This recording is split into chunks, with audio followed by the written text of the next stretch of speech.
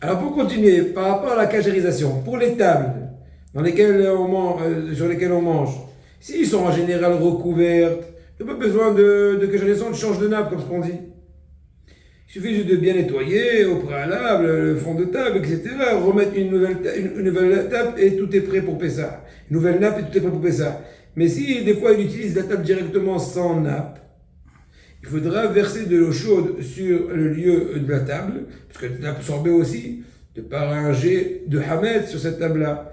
Et s'il a peur de détériorer cette table-là, eh ben, il suffit de bien la nettoyer et bien de la recouvrir pendant Pessah pour pouvoir l'utiliser utiliser dessus. Manger dessus, au-dessus de la nappe. Les nappes, ils sont cachérisables en les mettant à la lessive, quoi, avec un degré un degré de chaleur assez important, 45 degrés. Et s'il a peur qu'ils vont se détériorer, eh ben, il suffit juste de faire un lavage un peu moins chaud. Et Sha'avanit, c'est donc une nappe en toile en cire, les nappes en toile en cire. Dans ce cas-là, on peut aussi verser dessus de l'eau chaude, ça suffirait. C'est bien de nettoyer bien le plan du gaz, et les boutons du gaz, et le lieu où on pose les marmites, et les becs de feu, n'est-ce pas? Il vaut mieux les becs de feu, etc. Donc la hatsuva et les becs de feu, donc le lieu où la grille où on pose les marmites et les becs de feu, il faut leur faire un ga'ala, ou verser dessus au moins de l'eau chaude. Beaucoup ont l'habitude aussi de recouvrir le plan du gaz avec et aussi bien les grilles du gaz sur lesquelles se reposent les marmites, et ben avec du papier aluminium. Mais que selon strict il n'est pas obligé, mais c'est bien de faire. Parce que là, ils ont l'habitude de faire un liboun sur la hatsuva, de faire avec le chalumeau sur la grille qui va supporter les marmites, et de verser de l'eau chaude, surtout le plan du gaz. Mis à part ça, ils rajoutent aussi du niar, ils font tout, ils font la totale. Et selon la stricte loi, on peut cachériser un four ou un toaster obé pour Pessah tout d'abord le nettoyer comme ce qui se doit avec des produits appropriés, attendre 24 heures avant que le goût du hametz qui est là-bas, mais s'il est là-bas, donc il va être détérioré, il va être noté dans mifgam, et ensuite mettre le plus haut degré de chaleur pendant une certaine heure. Les tôles dans lesquelles on met donc des fois du pain, etc., et ils ont besoin de l'iboun hamour, puisqu'ils ont absorbé du hametz, des halot, de par le feu à sec, et en général c'est pas pratique parce qu'ils vont se détériorer, donc il est conseillé d'acheter d'autres plans pour mettre les choses à cuire dans le tanneau pendant Pessah, avant qu'il n'ait jamais utilisé ça avec du hametz bien sûr. Le micro-ondes, il serait cachérisable en le nettoyant au préalable avec des produits appropriés de façon méticuleuse. Ne pas utiliser 24 heures au préalable, comme ça que au pire le hametz qui a été absorbé, il est noté en mifgam, il est détérioré. Ensuite, mettre un ustensile avec des produits Javel ou compagnie, tout autre produit, et faire fonctionner le micro-ondes pendant une dizaine de minutes dans le degré le plus haut de chaleur possible. Et en cela, normalement, le micro-ondes serait apte à Pessah, mais c'est bien quand même d'utiliser pendant Pessah dans des boîtes fermées, c'est le micro-ondes pour être encore plus certain. Je passe sur le psakim de Rabbi Yochanan Yosef.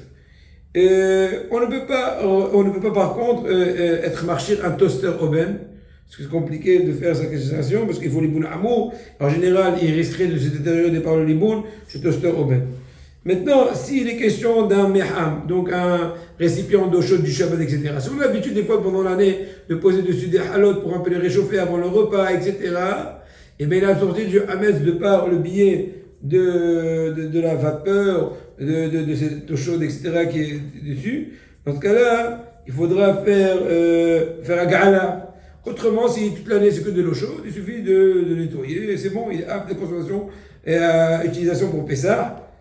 Si par contre il est en hashmali, donc dans ce cas-là, il aura du mal de faire la gala parce qu'il va se détériorer, et durant l'année on a posé des halotes dessus de temps en temps, et bien, cas échéant, ce qu'on fera, on va mettre l'eau du fameux bouilloire électrique, la laisser un peu, comment dirais-je, ébouillanter jusqu'à ce que ça va un peu dégouliner dans tous les alentours, et ça suffirait. Il faut être quand même assez scrupuleux dans ce genre-là, comment opérer la chose-là. Kumkum Hashmali, donc c'est une cafetière électrique. Si toute l'année on n'a jamais utilisé du hametz, il n'y a aucun problème, c'est juste de la nettoyer. Et voilà. Maintenant, si pendant l'année on a une plata et on n'a jamais posé dessus du hametz de façon directe, donc il suffit de la nettoyer et de verser de l'eau chaude dessus et c'est fini. Ou bien après l'avoir nettoyée, la faire chauffer à un maximum pendant une petite heure, comme ça on est sûr qu'elle a été rejetée, même si, voilà. Ou bien le recouvrir avec de l'aluminium. Il y en a qui font tout.